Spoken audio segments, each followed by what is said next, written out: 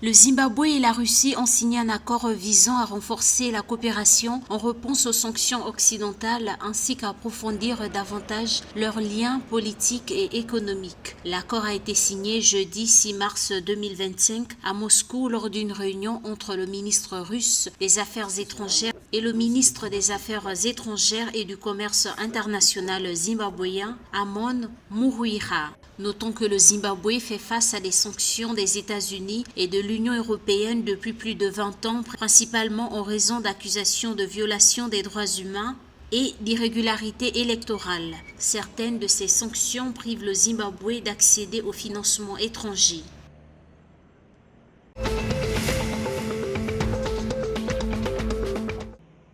Le gouvernement angolais prévoit de lever 14,6 milliards de kwanza, environ 16 millions de dollars, en 2025.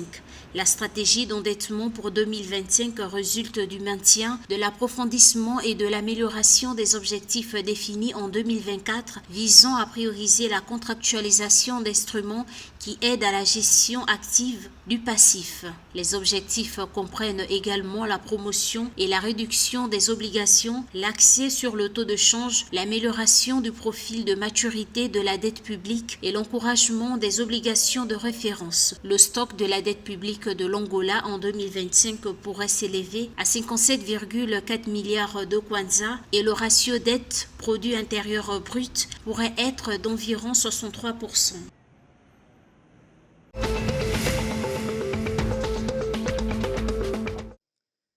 Dans une démarche qui souligne l'engagement du gouvernement en faveur de l'égalité de sexe et de l'intégrité institutionnelle, le président zambien Hakainde Hichilema a officiellement nommé le 6 mars 2025 de nouveaux chefs de commission de lutte contre la corruption et des droits de l'homme. Il s'agit de Daphné Pauline Soko Chabu en tant que directrice générale de la commission de lutte contre la corruption et de Bolawa Mauima en tant que directrice générale de la commission des droits de l'homme.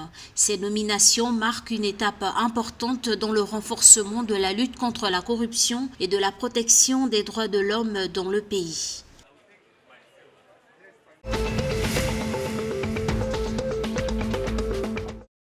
En Namibie, les jeunes ont été appelés à s'engager activement dans les questions sociétales cruciales et à susciter des changements significatifs plutôt que de se limiter à des activités religieuses. Cet appel a été lancé le 7 mars 2025 lors du deuxième Idaba de la jeunesse qui s'est tenu dans la capitale. Kassera, universitaire, a souligné l'importance de la contribution des jeunes à une société où chacun peut vivre dans la dignité et avoir un accès égal aux opportunités. Il les a exhortés de se doter des compétences nécessaires pour participer efficacement à la vie en société et à être des témoins de Dieu dans leur communauté.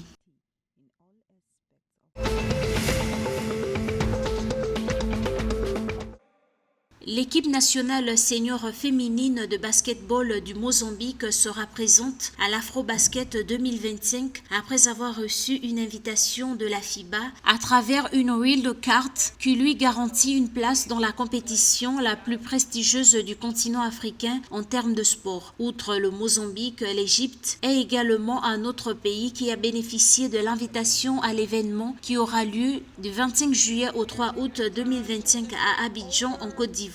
Les deux pays rejoignent ainsi les équipes déjà qualifiées comme la Côte d'Ivoire, pays hôte, le Nigeria, champion en titre, le Sénégal, le Mali, le Rwanda, le Cameroun, l'Ouganda et l'Angola.